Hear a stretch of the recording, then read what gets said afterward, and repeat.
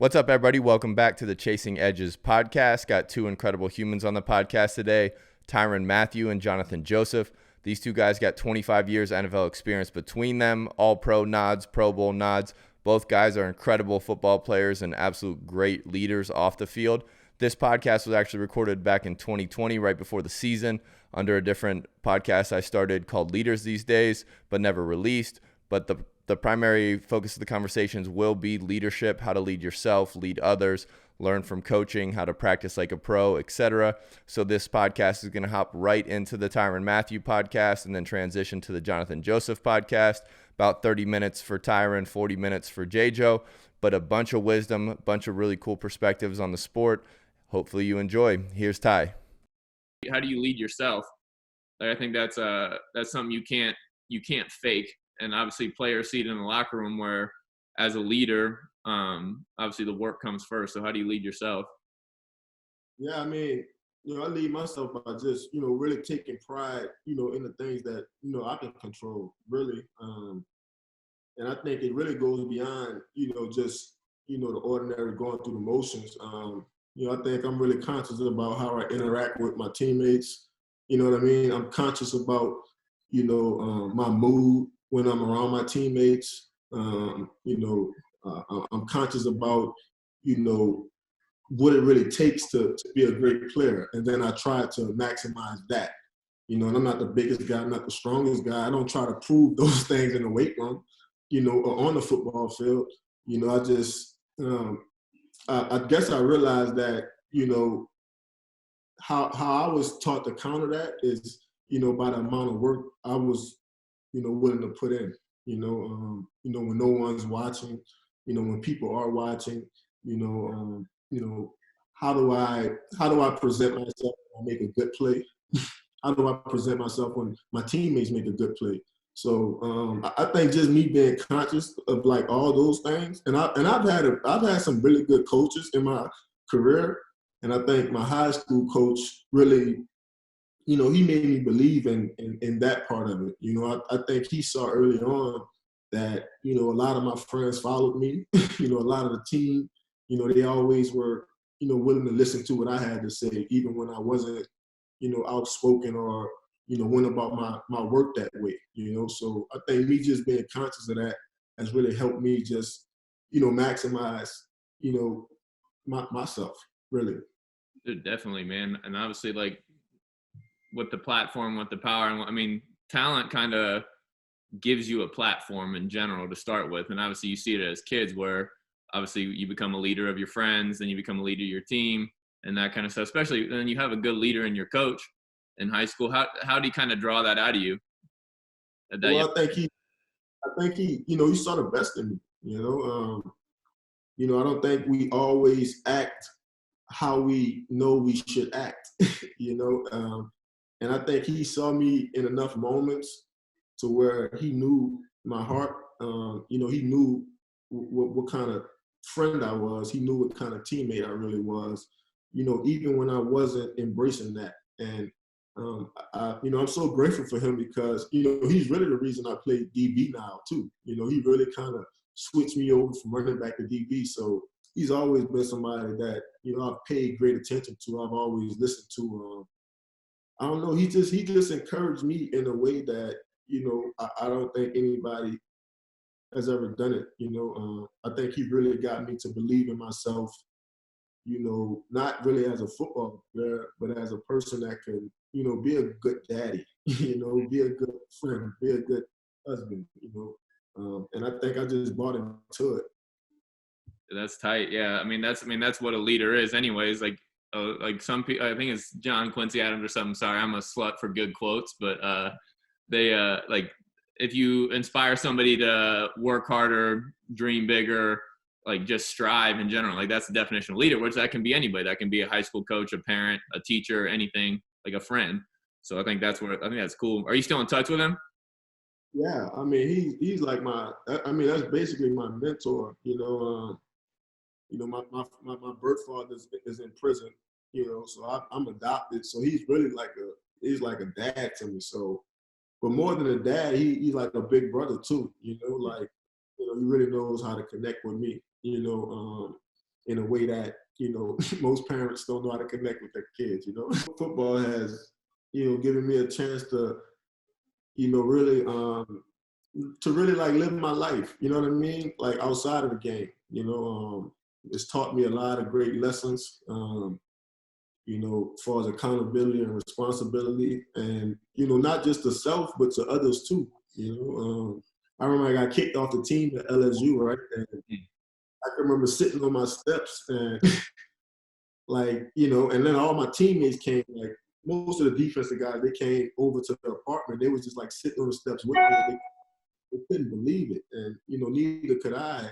But I mean, now I sit here today and I realize the kind of responsibility you have, for others and, the accountability that you should show towards others. And, especially when you commit yourself to something bigger than yourself. So, football has taught me a bunch, you know what I mean? So that's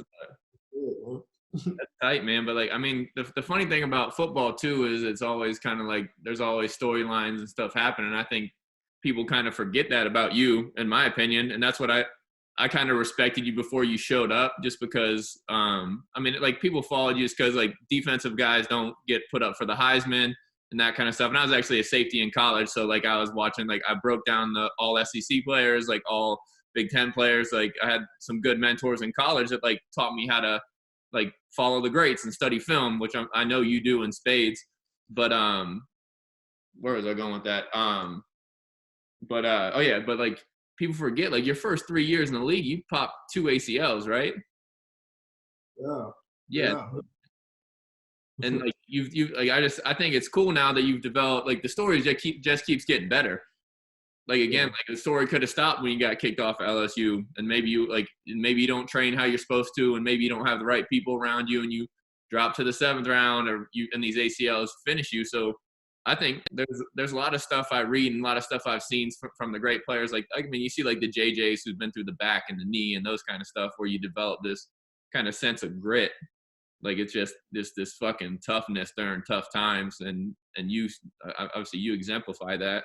Is there kind of like do you have any stories or anything where that kind of resonates with you, where like you're going through, like again you get kicked off the team or dismissed, whatever the deal happened, like who was there picking you up? Like was that yourself picking you up? And then same with the ACLs and stuff. Yeah, I mean, I think overall, I think especially since I got kicked out of school, I've surrounded myself around some good people. And it wasn't that the people around was bad. Maybe I was leading them bad, or maybe I was following them. So I think we all just have, for me for sure, though, I have these boundaries set up to where, people know where I'm going, and, people have to, really, act how they're supposed to act. You know what I mean? Or they can't necessarily be around me. You know what I mean? I feel like, once again, my responsibility goes far beyond me. So I can't just think about myself, in a lot of situations. But even going back to the injury, man, I had never been through that part, I struggled with a lot, different emotions, you know what I mean, as a kid, and, different family dynamics and whatnot. But I had never really suffered an injury. Like football was always like my space to be like the greatest, you know what I mean? And sure. All those injuries, man, in my mind, has set me back. Not physically, I think it takes a toll on you. It weighs on you. I didn't really know what to do, right? Because most guys that I hung around, Pat Pease and God, they never get hurt.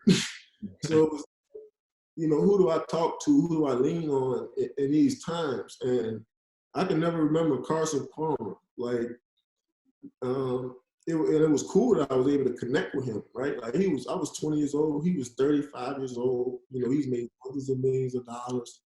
Like, but me and him, somehow we connected. And for me, it gave me like great hope.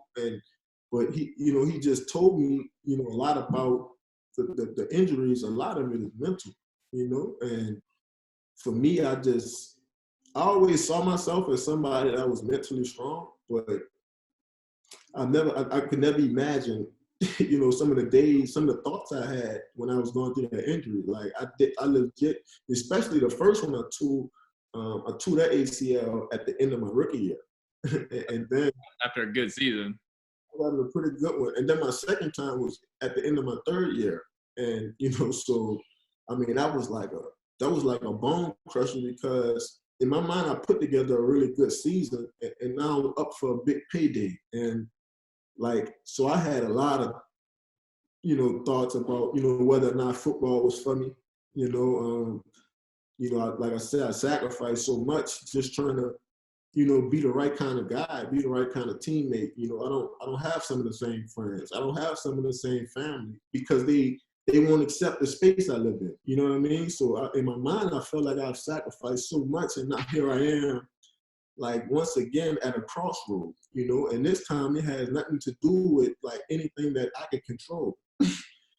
So it was tough, but like for me, I had to just look in the mirror and tell myself, whether or not, this is like the life I wanted to live, outside of just football. I feel like I began to develop a pretty decent routine. Like I'm starting to become my own man. Like I'm not the same, little boy no more. Like I'm able to deal with life now, so I legit thought about retirement. And, I never forget Tyrann Branch. He played like 12 years in the league. Yeah, he's a dog. Good dude, man. And he looked at me like I was crazy. Now in my mind, I'm coming off my second ACL, and for me, I try to practice how I play, right? And my practice intensity just wasn't there. Like the love wasn't there, right? And I've set such a standard for myself to where like even coaches won't accept a bad day, like because they just expect it to be good, so, and it wasn't that, man. Like I just didn't feel like myself. And I can never forget him looking at me and reminding me like who I was. You know what I mean? Like, nah, bro, like we don't, like we don't see you like that. Like I for sure don't see you that way. Like I see you as, the honey badger. Like you're gonna be one of the greatest defensive backs to ever play. Do you realize that? And for me, it took him saying that like to give me that confidence in that moment to like, all right, cool. Like I'm gonna get over this the same way I've gotten over other things. And I was just blessed, and I thought Houston did that for me too. Coming to Houston for that year, right? Like I fell in love with the game again. Like even when we were like on 3, on 4, like I could still feel the passion coming back. And so that was a blessing, man, to come around y'all boys, man, come in that locker room. You know what I mean? It was like a stepping stone for me. It gave me confidence, it gave me hope, going forward. So well, it was incredible to have you just walk in and like again be who you are and be like. So one thing that sticks out for me with you is like your authenticity. Like there's nothing fraudulent about you. There's never like even like the first time we chatted was in the sauna and you walked in and said, "I'm tired. What's your story?" Like that's not a normal conversation. Like usually, oh, what's going on? Where are you coming from? All that kind of stuff. And you took a pay cut to come to Houston too, right? Yeah, that's a tight gamble on yourself, and like even to, like, again coming out of the environment you came out of, where I don't know why they didn't renew your contract or whatnot, but I guess so. Like this is your first time stepping into another NFL locker room, stepping into Houston. What's your mindset there? Like, are you going in to be a follower, a leader, like that? Like, because I think part of leadership at some point you got to follow. You got to understand how to do it, how to do your job, and that kind of thing. I mean, maybe you see it differently than I do, but I guess how. Well, I think initially when I got there, obviously you want to follow guys like JJ, guys that have been in that program, in that system, in that organization. They know how to do things. They know, how to present yourself, or where to go, who to meet, who to talk to, who to get close to. But I think my mindset when I came to Houston, bro, it was really like I'm gonna show people that I'm gonna show people who I am, and then I'm also gonna show people that I can just lead myself. And I think just me being able to do that, and then obviously being in a room with older vets who appreciated how I led myself, guys like J Joe and Kareem Jackson and So I think having that, I think it, it motivates you. Oh, guaranteed, dude. But I mean, so but on top of that, like just to come in, like, and for the Texans, you became one of our vocal leaders really fast too, which again, it takes, you have to have respect, credibility, authenticity. And I think one way where you kind of won guys over was vulnerability too. Like when you started getting up and telling your story and that kind of stuff. So like, I think that was it's not a tactic, man. It's just who you are and how you handle your business. So I guess my question would be why, like, at what point did you not think you had to not prove yourself, but like where you said you have to learn how to lead yourself again? What kind of stuck that in your mind? Well, I think it's just the place I was in, man. Like I said, dealing with those injuries, getting cut, having media tell you you're not good enough, you're not the same. And so it like, it just weighs on you, and then, like I said, I thought all that noise like found a way to creep into my sanctuary, which is like the football field, so I didn't feel like myself. I didn't feel like I was, the best player at my position. I didn't feel like I was good enough to lead Patrick Peterson, you know what I mean? And young guys like Buda Baker. I just didn't feel like that player, and I thought coming to Houston, obviously, having that year in Arizona, I was able to start to put together some healthy seasons. So then once I got to Houston, I really started to, I'm like, okay, now I'm like 2 years removed from the ACL, like I'm good to go, And so, and I think being around JJ too, having him, believe in me, he was like one of the highest paid players in the league at the time, so we have got some of the same people in our circles as far as agents and stuff. So, to have a dude like that, like believe in you, like it just started, I'm like, okay, cool. Like I'm right where I'm supposed to be, and then just having the whole team too, trying to embrace me, when you, tell people because not everybody is willing to accept who you are. Very. So when you tell people who you are and they accept you, you just, you willing to do whatever for them. You're willing to be where you're supposed to be. You're willing to be who you're supposed to be really at all times because you're dealing with people that believe in you, So and for me, I always wanted that, I just needed that, I just needed one coach to believe in me, I just needed one of my teammates to believe in me, and that kind of gave me the spark I needed, you know what I mean? So, and I felt like I was losing that spark, with the injuries and obviously, you set such a high standard for yourself, and so for me, I can't have a season where I have 3 interceptions because people will say that's not good enough, and I'm average or I'm not. So it's like I've set a great standard for myself, but it don't always come out like that. So for me, it's all about continuing to work, continuing to get better, and then also putting things in perspective. Like, yo, like you've really you shot for the stars. Like you've done things defensively that most people won't do. And so people want that all the time. You know what I mean? So I just gotta get that out of my head sometimes. But as long as I'm not like thinking about that, like, I'm functioning pretty good. No, that's tight. Like again, like even just to get the comfort on an NFL team, like a lot of times you don't get, for guys like myself, special teamers and that kind of deal, you don't get a lot of leverage with teams. But then when you step into a locker room where you either earn the right and like earn the respect from your teammates, and where you feel comfortable, is kind of like a tribe mentality. Like once you're inside the tribe, like, and you don't feel like you got to fight people in your tribe, you can start fighting everybody else, and it's you guys versus the world.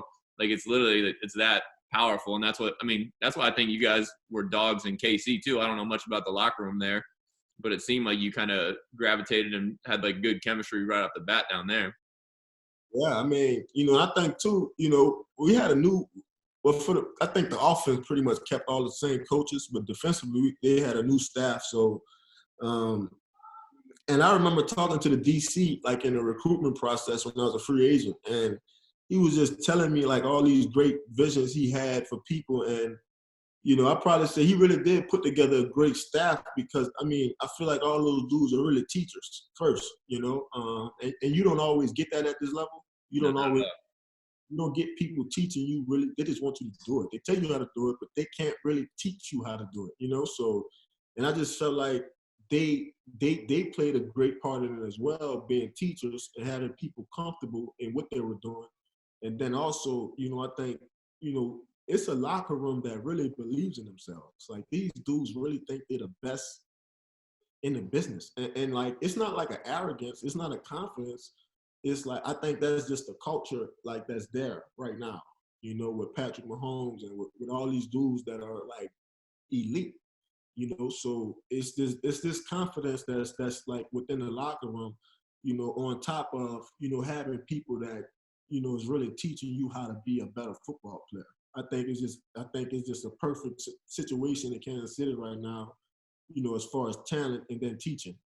Yeah, for sure. And then, I mean, obviously as a leader, you got to study and learn from these teachers and other leaders on the team as well. And then you did a good job in Houston of bringing younger guys with you. Did you step into that same role in Kansas City? Yeah, it was crazy because when I came to it was really one of the biggest reasons I came to Kansas City, right? Because I've always been in the room with Patrick Peterson. Or I've always been in the room with Tyrann Branches or Antoine Bethea or Johnathan Joseph. So I've always been in the room with guys older than me.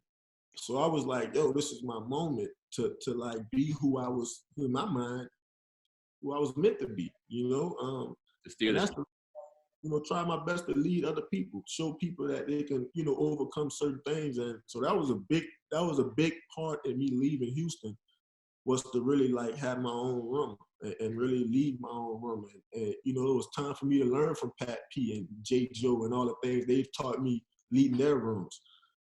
So it was a big responsibility, but a lot of credit to them dudes that I played with, last year in Kansas City. Even Kendall Fuller, who just went on to the Red Guy, got a big payday from Washington. All those dudes embraced me. They really accepted me, as their leader. They really made me feel, they made it feel genuine. And I thought for me, coming to work every day, realizing my responsibility, understanding it, that, I'm in a room with a bunch of young guys, and, at any given moment they can go left and, they start, oh man, they're not worried about football anymore, So, I thought for me, just understanding my responsibility, it made me, it made me stay on point, a lot more. Yeah, dude, there's definitely an accountability that comes with leadership in general, which is, again, like, you got too many people counting on you to, again, but I think that's where I think there's magic in what you do and how you do it, where it's your high standards you've always had. And obviously you have people above you pulling you, pushing you and all that kind of stuff. But now you get to apply your standards to this group of people you're leading. And that's where, what do you think you brought, like, what was the changes you brought different than the other cats you already learned from? Stand out? Well, I felt like, a lot talking about the guys that led me, right? Yeah, but like, I mean, this is your room, this is your shot, like, just to kind of, like, again, set the tone. I've always been, like I said, I've been around Pat P, I've been around J Joe, and all those dudes both of them are great leaders. I think they both lead in different ways. I think for me, it's about like the work, right? Like the work we put in, and like the level we put it in at. I feel like a lot of people practice, but they don't practice hard. Like, they just out there trying not to get hurt. And I think for me, the ability to dive for a ball when I got the chance, or, you know what I mean? Like the moment to stretch out, when I got the chance, or even the moment when we in, tops and we in shoulder pads and the lineman come at me. Like, am I going to show him? Am I going to use my hands, use my shoulder? And I think that's the level I try to practice at. And I'm hoping that's what I brought to practice last year, because like we had a ball in practice last year. Like we was diving for balls.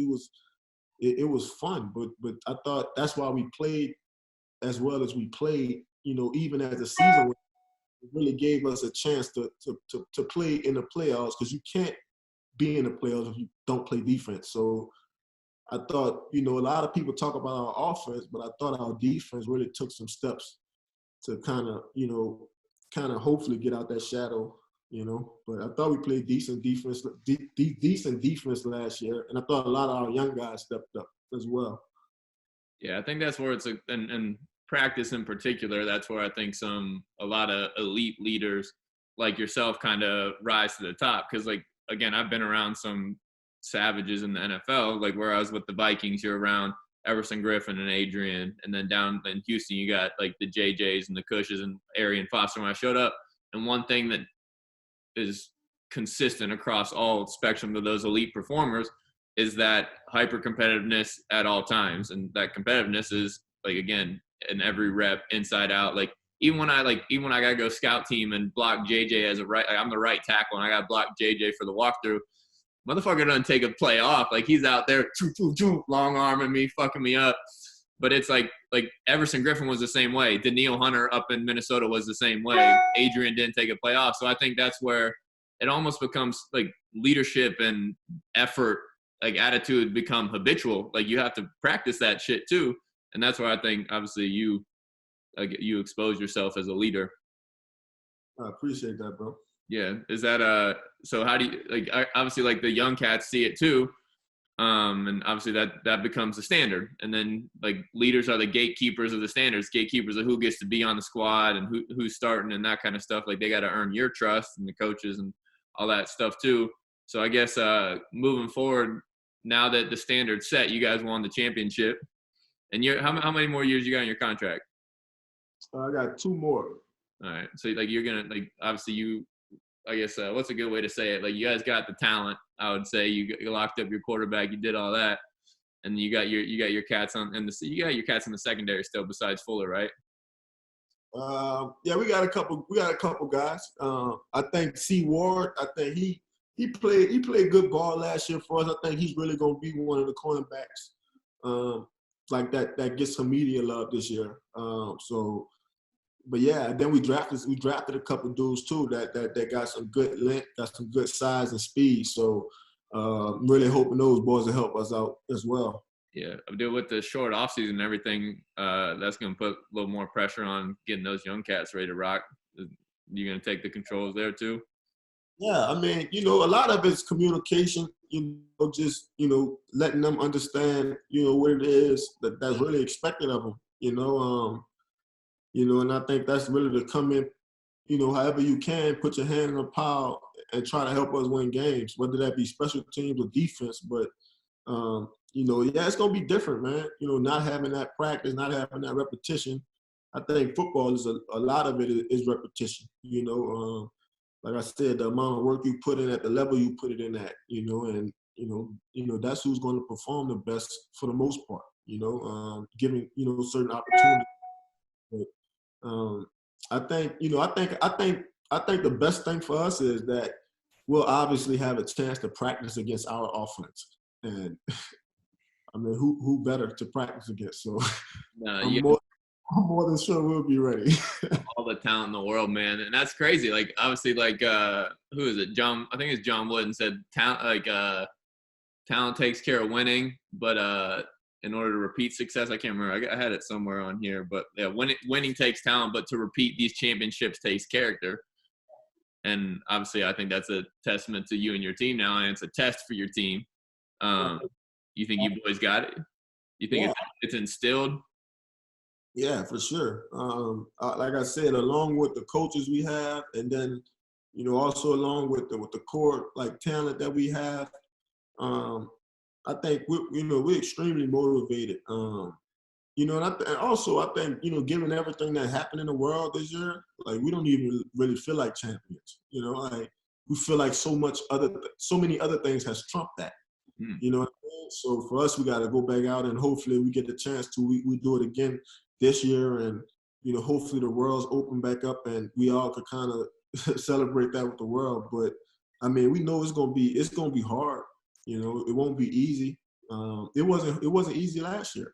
But I think we got the right makeup. I think we got the right leaders. I think we got the right coaches. So I'm looking forward to it. Just gotta set and hold the standards now. Yeah. Well, dude, I don't want to take up too much of your time, but I appreciate you hopping on, man. It's been a while, but dude, just again, giving away your time like that, time's very valuable, obviously, in these times closing up to training camp too. So I appreciate it. It's all good, bro. Holla at me, dog, anytime, bro. Yep. Take care of yourself, man. All right, brother. Yeah, good luck. Stay healthy. Joe. What up, BP? How much? How you doing, man? Good, good. What's the word? Shit, man. Just chilling and training and golfing and living. Man, I see you need your own show, man. I seen one guy on TV doing that, man. He was lifting weights in all these different crazy places. Dude, that's not in the works, man. If I can just go around and train around the world and dive with sharks and jump in ice, I'd be happy. No doubt about it. If anybody can do it, you can do it. Oh yeah, I just need to find somebody crazy enough to follow me around. That's the hard part. Have you even been around the younger cats? I mean, you didn't have OTAs and all that stuff. Have you been around the younger cats yet? No, not at all, man. It's weird, Obviously, that's the time where you get to build that bond and things. But I think this acclimation period would be really good for us because we'll have the strength and the conditioning sessions. And I think that's the time where, kind of like OTAs where you get to know guys, feel guys out. And, for me, I'm more of a lead by example guy, not a big rah-rah guy. So I think, for me, it's just finding my place because I am fortunate enough to be placed around a great group of guys, from Malcolm Butler to Adoree Jackson, Kenny Vaccaro, Kevin Byard, all those guys, man. And, bringing the rookie in, Fulton. So it's just a unique situation for me to walk into, with those guys playing so much football. It's not being me being the number one lead dog or asked to do this. I just have to go in and find my place. Yeah, dude, that's going to be interesting. I mean, because what's this, 14, 15 for you? Year 15, man. Year 15, B, man. Well, it's I just think it's cool. You're like you have that lead. I mean, you've always had that lead by example kind of mentality, anyways. Like I never counted you as a rah-rah guy either, but like if you're rah-rahing, like that means you're juiced up and balling usually. Yeah, I wouldn't call it rah-rah, but I'm a competitive guy. I wouldn't say a trash talker, but if you're gonna talk, and I'm definitely gonna put my 2 cents into it. Because that's what the practice is all about in the NFL. You get tired of going against your same old offense over and over. So you got to spice practice up some types of ways. So it's good for me when I was in Houston, be a guy like DeAndre Hopkins to have words, or if it's the offensive coordinator going back with the guys on defense, because that keeps you on edge and it keeps the practice on edge. Oh, for sure. And dude, it's funny because I talked to Tyrann here too, Tyrann Mathieu, and he was hyping up your lead by example and like just kind of like the tempo of practice that people don't like, especially younger players don't get and respect. But like the fact that you as a leader in the secondary on the field at the time, like chirping the OC and chirping the receivers and doing your thing, but like again, like just the tempo you practice at kind of goes unnoticed until like the film starts breaking down. You start getting at those young cats. I think that's something that the elite players and the leaders like yourself have done. Yeah, I've been fortunate enough, when I was in Cincinnati, I was a young cat on the team and I was surrounded by nothing but veterans on that team. And I was like a kid in the candy store. I had Chad Johnson, TJ Houshmandzadeh, Chris Henry, Antonio Chapman. Had a long list of guys at wide receiver that I had to face in battle every day. And if you know anything about Chad Ochocinco and TJ Houshmandzadeh, those guys talk all day long. And, me coming in as the rookie, the first round pick, everybody wanted to get underneath my skin and show me up, try to get me better at the same time. But those guys was all pros and Pro Bowls and perennial Pro Bowls. So for me, just to go at those guys and compete every day, it was just a blessing in disguise because that taught me how to, take that same approach each and every day throughout my career. And I think that's one of the main reasons why I'm lasting this long in the league. Dang, that's tight. Yeah, I mean, that's trial by fire at the same time. Who'd you have? Like, I mean, who were the leaders on the Bengals that kind of showed you the ropes? Do you have that? Do you had people you Man, we had a team full of guys, man. Start up front on the D-line, had John Thornton. We had Justin Smith, had a young guy, Robert Geathers. Rest in peace to Brian Robertson. B-Rob, B-Rob was a vet up there up front. Then in the middle linebacker, we had B. Sims. Then, back in the secondary, we had Delta O'Neal, Torrey James, Mathieu Williams, former Super Bowl MVP Dexter Jackson. So, I had all those guys to look up to when I first came in the league.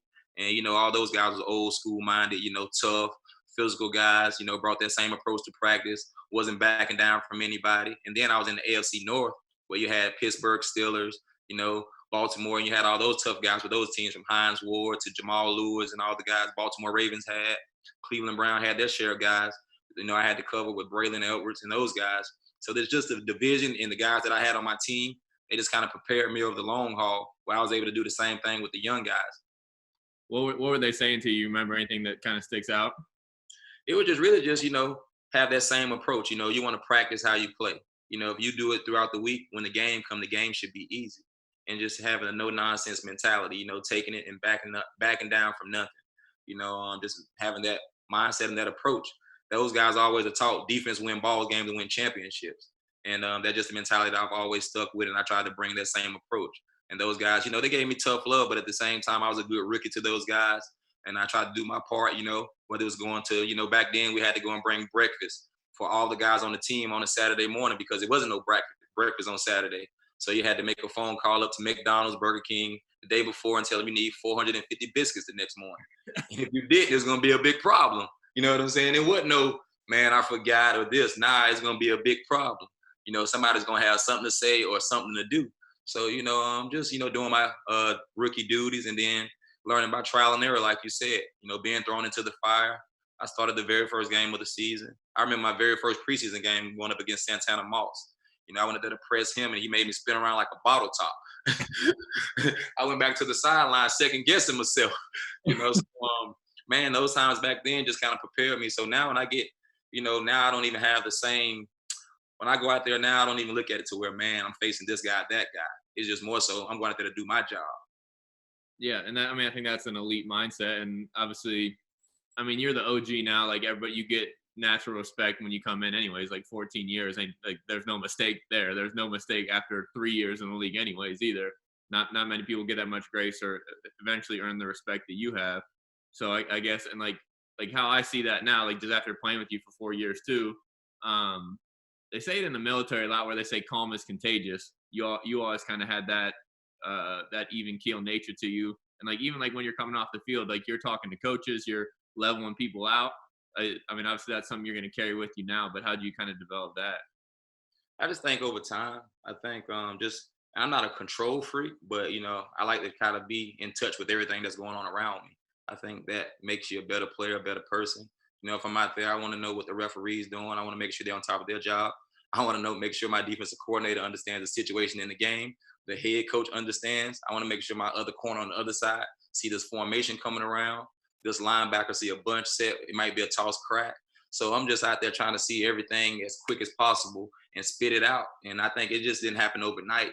It developed over time, took a lot of film study, a lot of talking to, the older guys, understanding what they see and how they approach the game. And I think over time, it just became second nature to where I'm able to go out there and keep my calm, but do 5 or 6 things at one time and with all of 3 or 4 seconds.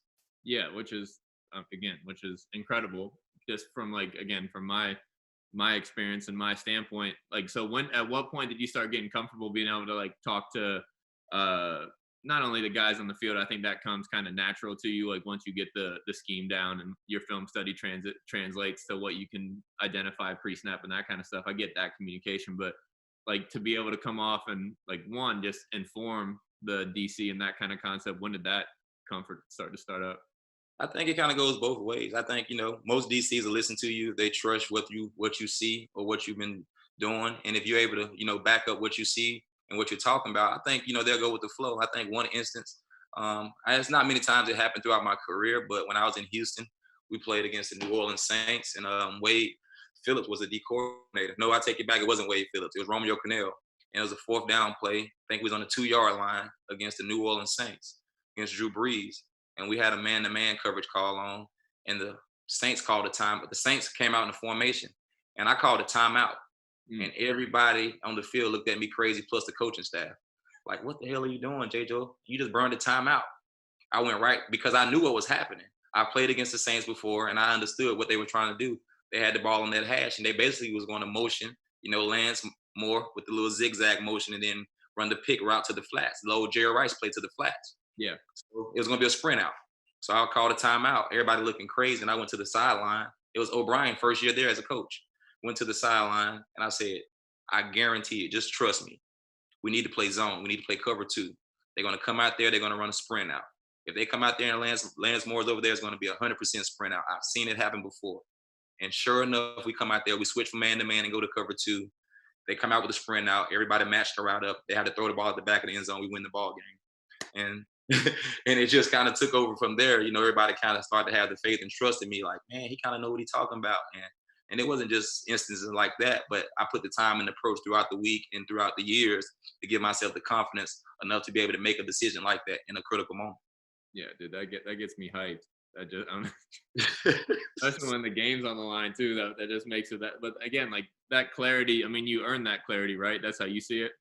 Yeah, for sure. You know, just over time, just studying things, and you know, the league is a forever changing league. But when it gets nut cutting time, most teams are going to go to their bread and butter. And if you just look at the history of the Saints with Drew Brees and whoever it is, you know, when there's a play need to be made, you know, 4 or 5 years ago when they had Lance Moore, it was always a sprint out to him in the flats catching a touchdown pass or something like that. And I think, you know, just me remembering that in the back of my mind because it happened to me, not to me specifically, but in previous years playing against those guys in a money down situation. Yeah, that's tight. That's I love that. I just like when, again, like players take control on the field, and obviously that's when you see like the best defenses rise. You see that incredible communication from the front all the way back and the back all the way to the front. And I mean, you've been known for that, and like I got tastes of it in practice where you're telling me what 2 routes are coming. Hey, if this happens, not go here, and then like two of my interceptions that I had in practice were from you anyway. So I said I owe you at least a year in the NFL from that shit. But no, that's like that. I just enjoy that part of it. But obviously, like I guess now, like kind of contrasting it with your coaching now. You've had plenty of position coaches; those get cycled a little bit more. But we both had the pleasure of playing for Zim, Mike Zimmer, who's now head coach in obviously Minnesota. But what I guess contract? What you had 4? You've had 5 counting Braves going on head coaches now. Yep, 5. Yeah. And they like from my experience too, obviously Braves and OB are different, and then obviously Zim is incredibly different from those two as well. What kind of sticks out to you as far as like the coaching contrast between how they put their hands on you a little bit? I think with Zim, he's a hand-on approach guy. You know, I remember from my time in Cincinnati with him, where, you know, when I first got there, when he first took the job as a D coordinator, I remember his first thing that he said, his first press conference. And me and Leon Hall I was a first round pick in 2006. Leon Hall was a first round pick in 2007. I think Zim got there 2008. Zim first press conference, he said, I don't think we have any corners that can cover. And I'm like, what the hell is this guy? You know, and I didn't get exactly, but, you know, that was his challenge to us. And, you know, I think his first approach was that, you know, he wanted us to lead by example. He wanted us to take the next step. And we bought in. He stayed behind us each and every day in practice, you know, made us do every technique. Every drill was perfect, every hand placement. You know, it wasn't just about, he wanted every ball to be challenged. You didn't have to make the play, but you better be close enough. He don't want guys just running wide open and things like that. And it took a while to get that mentality because, you know, it was each and every play. It wasn't a play off. Each and every play, he demanded the same thing. And over time, it just became, you know, in your head to where repetition after repetition, it was second nature. Guy catch a ball, you have 3 or 4 chances to break that ball up. You know, you can just break it up. Second, you can push it out the bread basket. Third, he got to control it and bring it down. You can rake his hands. So it's several different opportunities throughout the play, even if you're beat, to where you can make back up with doing different things to get that ball out. And it was just about being the perfect way he wanted to, his technique and things like that done. And I think just watching it, the next year, we won the division. We was undefeated in the AFC North. We were 6-0 in the division. Me and Leon Hall both had 6 interceptions. I had 25 pass breakups, a touchdown return. Leon Hall had 27 pass breakups. And we was named co-MVPs of the team. We was named the top duo in the league. And then, you know, he took his next step to the linebackers. And I remember we had, you know, Geno Atkins, Carlos Dunlap, Robert Gathers, Michael Johnson. They was all young pups. I think we probably had maybe 10 or 12 sacks in like the first 8 games or something. And that was my last year there. And I remember my first year in Houston, those guys ran up about 50 sacks. He put all this time in the D-line, So I watched him able to do it with position group after position group. He's already had the track record, you know, in Dallas for doing that. And his time in Atlanta, he wasn't there really long enough, you know, to get things done the way he wanted to do. So for him, it was just one of the best feelings to have a guy like that in your corner and to push you to get the best out of you. And I think he's the one that's responsible for taking my game to the next level. And obviously being around several other guys, you know, like Vance Joseph. And it's funny because Vance and Zim were college quarterbacks.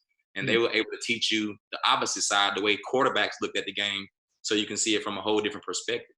Damn, I didn't know that. Yeah.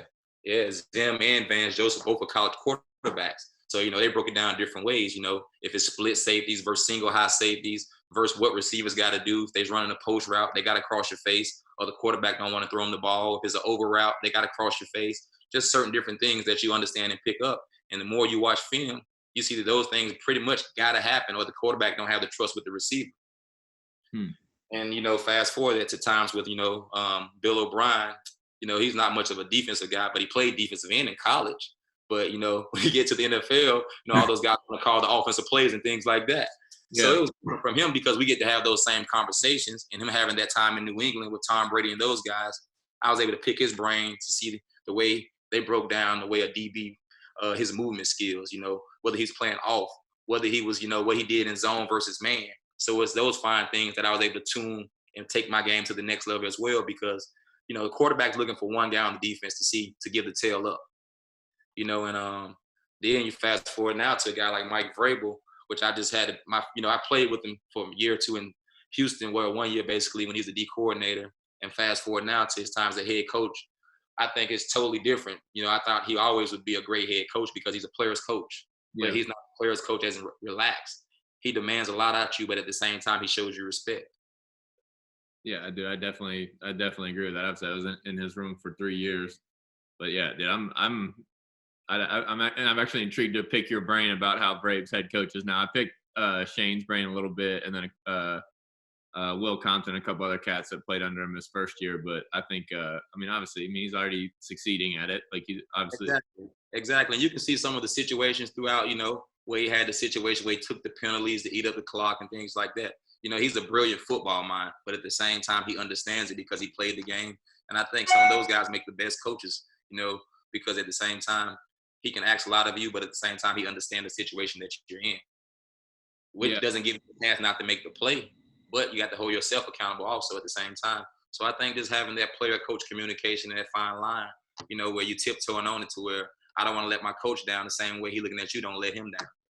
Yeah, dude, I think Braves personifies that to a T. That was his MO as a player too. He was a player coach, and then he was holding, like, to a T, holding guys accountable, like in meetings, on the field, that kind of deal. And I think it comes from his, like, obviously his ferocious competitiveness too. Oh yeah, no doubt. I never forget the time he was out there with us in Houston when he was a linebacker coach, but he ran the dirty show, the look team, and he had just as much fun doing that than anything. That rubs off on guys, because when guys see you that active and you that much into it, how can they not be that much into it and not give that much energy and passion? Yeah, dude, that's one of my favorite. Obviously, like, he gets into it in the linebacker drills. Like, he's dog cussing you if you're not hitting hard enough and all that kind of stuff too. But then, like, he gets that blue mat on his chest and he just goes to town. And then, dude, my favorite. Did you ever see the clip with Dylan where Brave, like, he had Dylan hit the pad 10 times in a row. I want to say Dylan's wrist was broken too, or something stupid. And then finally, like, Dylan's getting pissed. Like, Dylan's like, Dylan Cole flex, and then Dylan olays the motherfucker, and Brave eats it right in his face. I haven't seen that one. That had to be classic. Brave had to respect it too. Oh, he did it. He goes, fucking thank you. About time you did something. And then he goes, right, for sure. Water. Yeah. Because at the end of the day, Brave going to make his mind up and say, fuck, don't just sit there and take it. Yeah. Yeah, he dude, that's, I got so much respect for Braves. He's gonna, even when y'all was doing the ball drills after practice, you know what I'm saying? That right there just build team chemistry, just bring guys close together. And I think anytime you have that energy like that, and it rubs off, because football is the ultimate team sport. You can have one guy pulling in the wrong direction and it can throw everything off.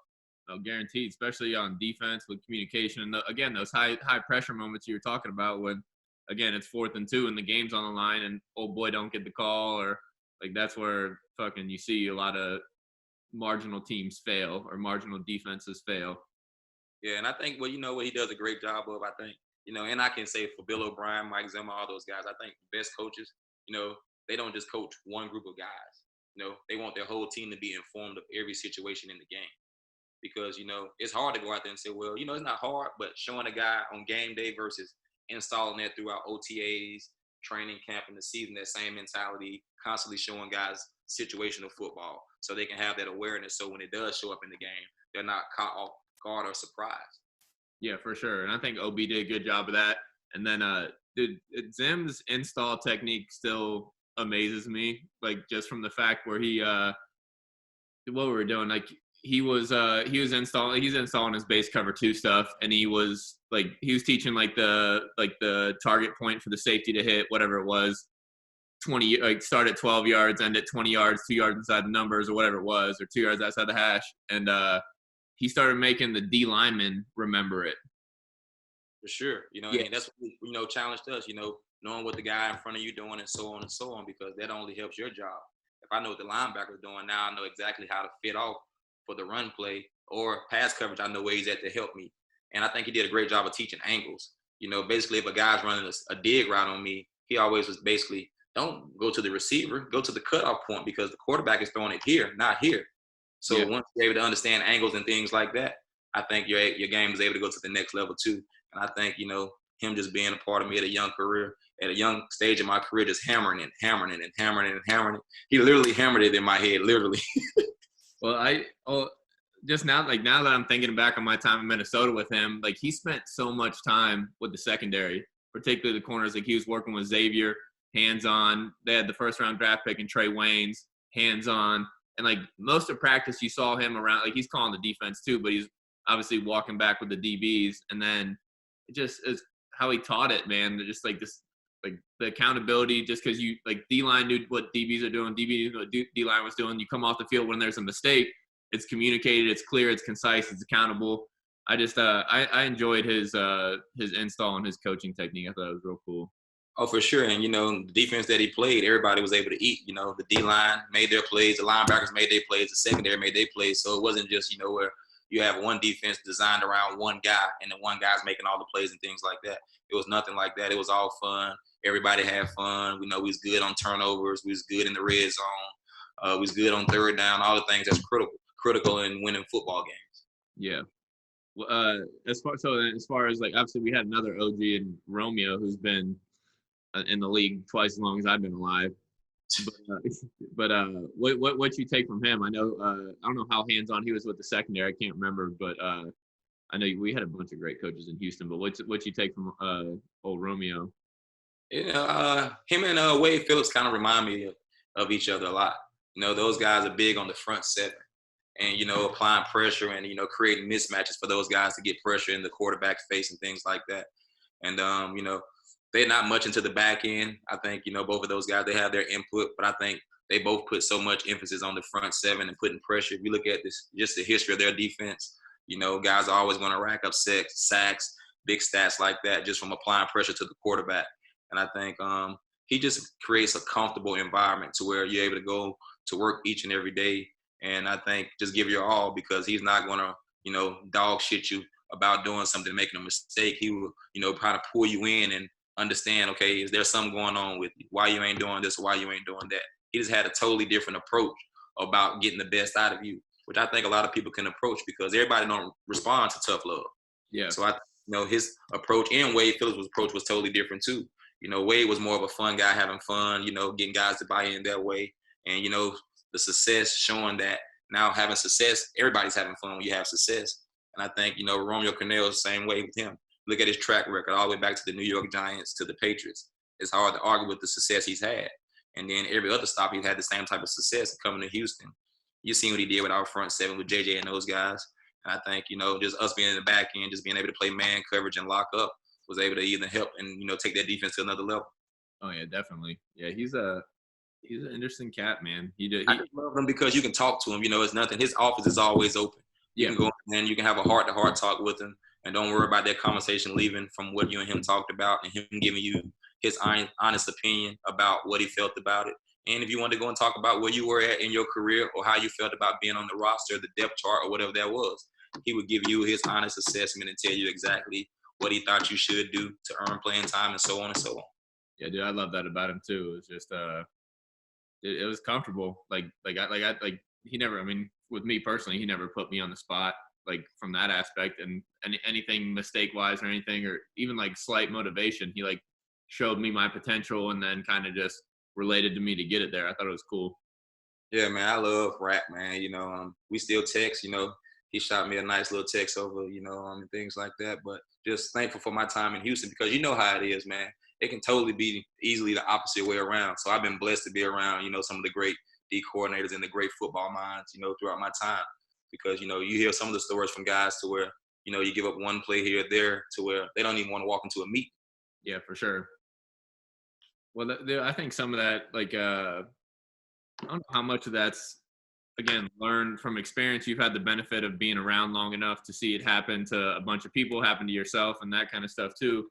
But some of it's ego when it comes down to it. Like it's the ability to learn. And obviously I don't think you're a person that's ever stopped learning the game. And that's where I don't know if it just comes with the time. I mean, actually, no, it definitely doesn't come with the time. It just comes with, like, again, the production and the respect and the do your job mentality. You still bring 15 years into the damn league.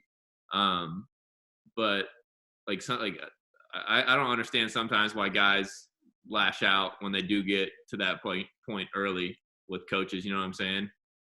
It's ego or whatever it is. Some guys feel like, coach are picking on them or whatever it is. And I think it's hard, when guys first come into the league as a rookie because, you can walk into a lot of different situations. You can walk into a team that's ready to win now, and that's a lot of pressure on a young guy.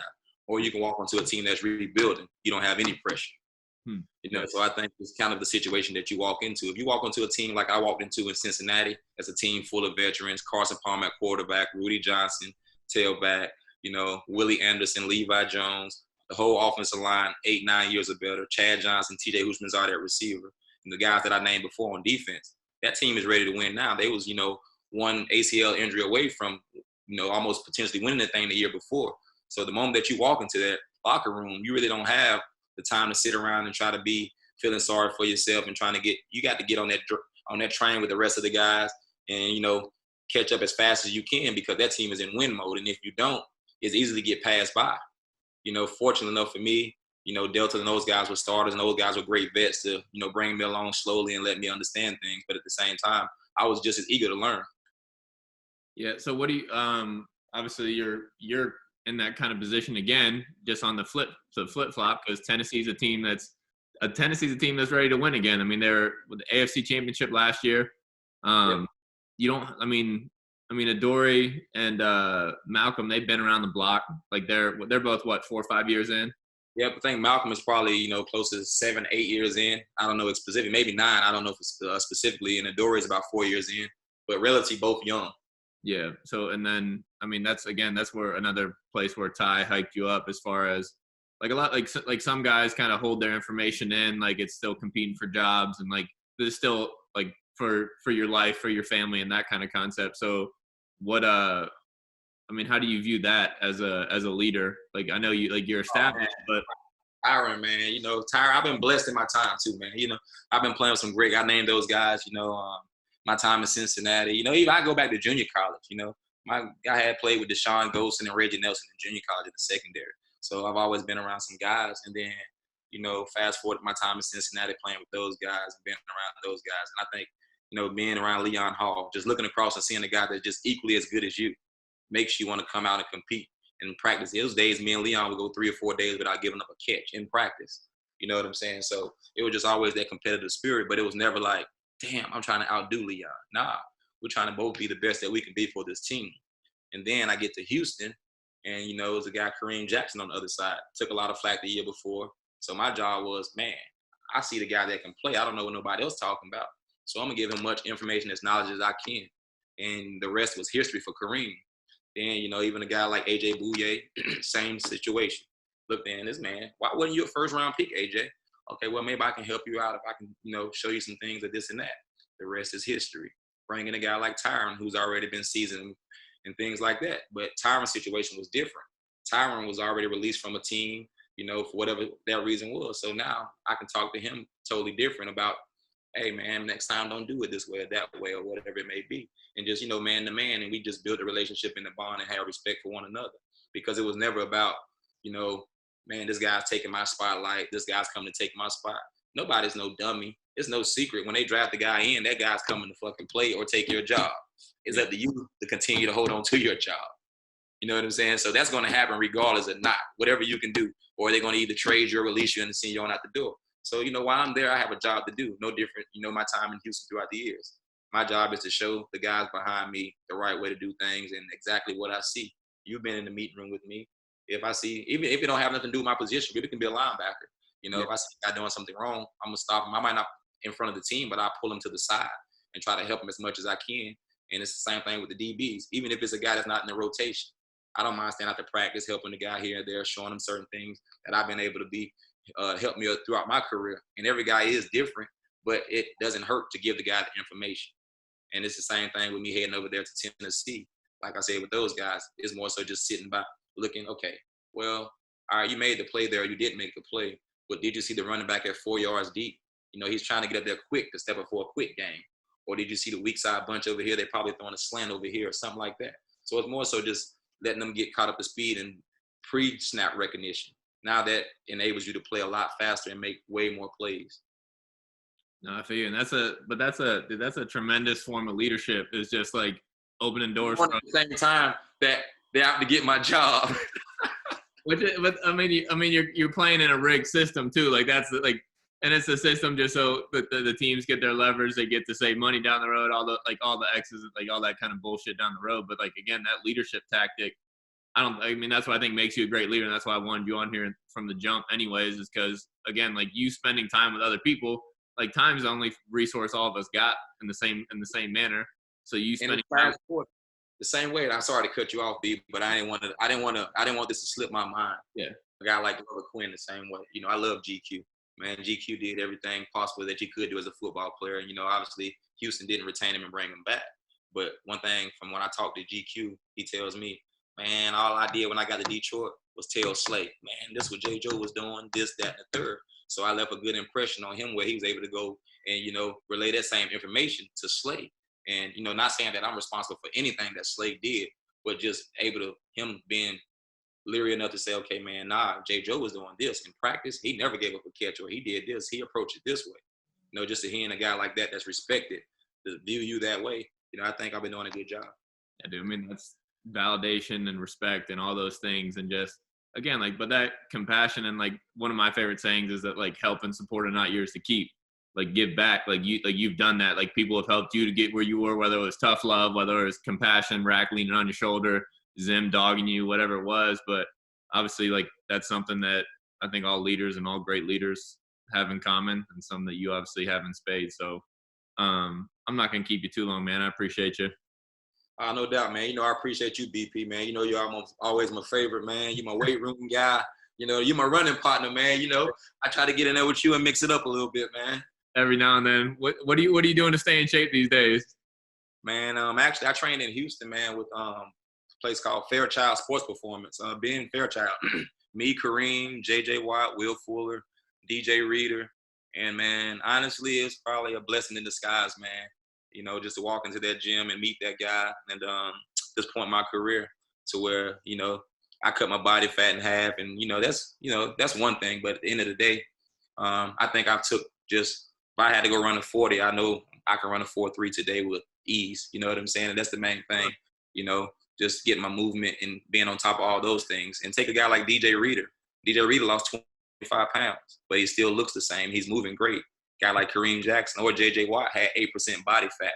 So we was all pushing one another, which was crazy to talk those type of numbers. But at the end of the day, he challenged us each and every day, to get better and bring that same, mindset that, we're trying to get better for something that's bigger than us. For me, how long do I want to play? What else do I want out of my career? Or Kareem Jackson, is you going to do it another year? Or what you going to do? Or DJ Reader, big contract. Are you going to live up to it?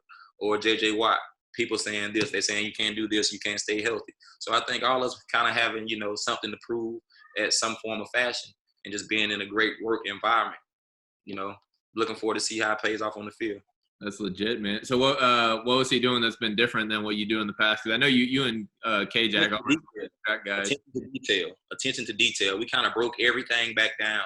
You know how you go into the gym sometimes and guys just start working you out and just in that. Now we went all the way back to scratch. We did a full body assessment. What's your weaknesses? What's your positives? What you want to get better at? Changing your running form. Just the small little things, because everybody teach when you're working out. they teach just running, but never teach stopping. So just, kind of going back to the basic fundamental things and just now, not really trying to gain as much, but more so get more precise. Yeah, I like that a lot. Simple but fucking significant. Exactly. Yeah. No, I was hoping for some secret sauce. Because I play with Terrence Newman too. And yeah, T New is a legend, man. I went to junior college in Kansas, so all I ever heard was Terrence Newman because he's right up the road in Manhattan at Kansas State. Yeah. I remember he was young. He take a punt back. He do the backflip. You know what I'm saying? And then, he was the first. I think I went on a visit to Dallas, and I met him. I was like, damn, I thought he would have been 6'1". Yeah. You know what I'm saying? But he played way bigger than he was. You know what I'm saying? He was strong. He put that approach to the weight room, the off season, and all those things. I think, that's the only way you can last this long because it's a forever changing game. Guys are getting bigger, faster, and stronger. But at the end of the day, it's always football. The field don't get no bigger, don't get no longer. Yeah, guaranteed. Yeah, he always had just a cool approach. He always, before we get off here, one thing I always, I guess, respected about him, like he had this really cool balance of just all out work and all out rest. Like he knew how to balance it really well. Yeah. I'm glad you said that, because early in my career, I had about 3 or 4 foot surgeries. And it was almost, as soon as that season was over, the next week I was in the basketball gym. You know what I'm saying? I love to play basketball. And, as soon as the season over, I'm in the basketball gym 24/7. And as I got older, when that season was over, those next month and a half, 2 months, I'm just doing nothing. I may go jog a slight mile or something here or there just to stay in shape a little bit. But I find that nice balance to where now when I get back to working, I can get myself in good enough shape to where I go to, how they switched it up. We have the strength and the conditioning session, then coaching sessions. Because the hardest thing you can do is maintain peak level for 7-8 months. Yeah. So you got to find the right time when to hit it, when to lay off, and when you go into training camp, you want to be going this way. You don't want to be going this way, No, I believe it, man. And I learned it the hard way too. Just I just always thought I was the runner. I was the guy running to the ball as hard as I could, and eventually, all that stuff kind of catches up to you here and there. No doubt about it, man. It always gets a little harder getting up in the morning and things. And I think, some people say the older you get, the less. The more you have to do, but you have to do it, precisely. It's not going out there and me going hard 5 or 6 times in a week. It's about me getting 4 great days of work a week. And get my proper rest, proper hydration, proper sleep. I still think I have another level to approach, and that's my nutrition. You know what I'm saying? But that's been a lifelong work and process. Yeah. I still have my first salad yet, so you know that. Yeah, that's true. At least you got one steak in your stomach in your entire life. Yeah, man. So, that's just where it's at, man. I've been blessed, to be around some great guys, just great support from my family, friends. And I think, having all the right people around me to help me continue, my path.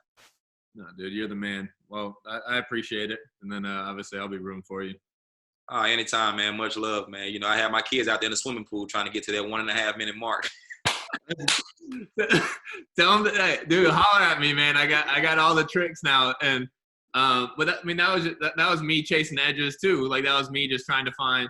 And that was when Luke came in and we weren't allowed to run. Right.